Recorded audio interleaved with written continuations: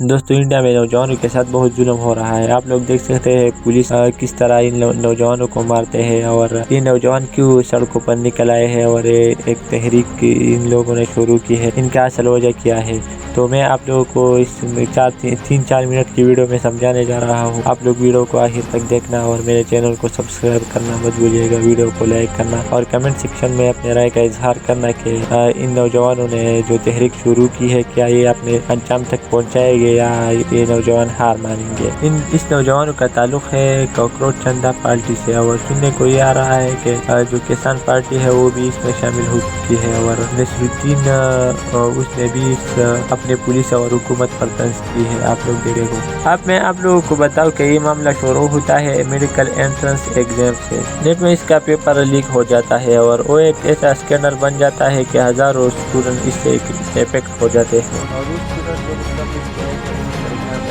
लेकिन उन्होंने कितनी मेहनत की होती है, रातों को जागा होता है और पढ़ाई को सीरियस लेती होती है और फिर इसके बावजूद इसकी पढ़ाई और मेहनत न होने के बराबर होती है कि जब पेपर लीक हो जाता है तो इस समझो कि इसमें करप्शन हो चुका है और ये बेच का है इस जो सीटें है तो ये बेच चुकी है, तो पढ़ाई करने का कोई फायदा नहीं हुई। तो इस नौजवानों ने इस बात को सीरियस लेते हुए अपने हक के लिए आवाज़ उठाई है। अब ये तहरीक जो है ना वो मजीद जोर पकड़ते हुए जा रही है और इसके अलावा जो सोना मांचू है वो जेल में है तो इसको रिहा करने का मुतालबा भी किया गया है कि इसके रिहा करो। ये भी कहा जा रहा है कि जिस स्टूडेंट ने खुदकुशी कर ली हो आप लोगों की वजह से या अभी जो इस तहरीक में जो स्टूडेंट मारे जा चुके हो तो इसके लिए 1 करोड़ का मुआवजा कर दिया जाए। बाहर दुनिया में तो तालीम को बहुत सीरियस लेते हैं और इसमें बहुत ज़्यादा इन्वेस्ट करते हैं। अपने गलती मानने के बजाय मोदी सरकार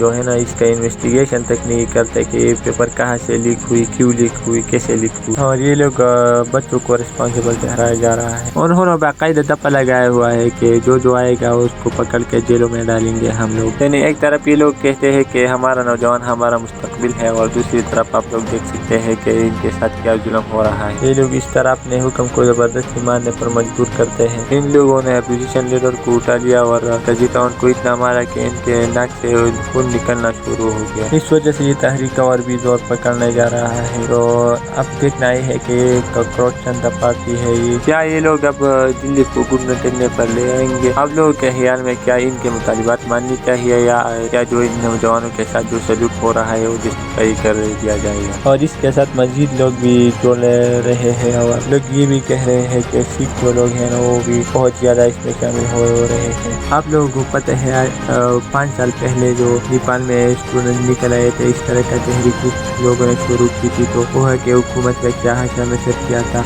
और जो 1 साल पहले इसके बाद बांग्लादेश में भी स्टूडेंट निकल आए थे और उन्होंने भी हुकूमत का खात्मा कर दिया था। अब इंडिया में ये तहरीक शुरू हुई है, तो आप लोगों का क्या ख्याल है कि ये लोग अपने मकसद में कामयाब हो जाएंगे और वो हुकूमत से मुतालबा करते हैं कि मोदी को कहते हैं कि इस्तीफा दे दो। तो आप लोगों का क्या ख्याल है, मोदी अब हुकूमत से इस्तीफा दे देगी या नहीं दे देगी? कमेंट सेक्शन में ज़रूर बताना और मेरे चैनल को सब्सक्राइब करना और वीडियो को लाइक करना। होता है।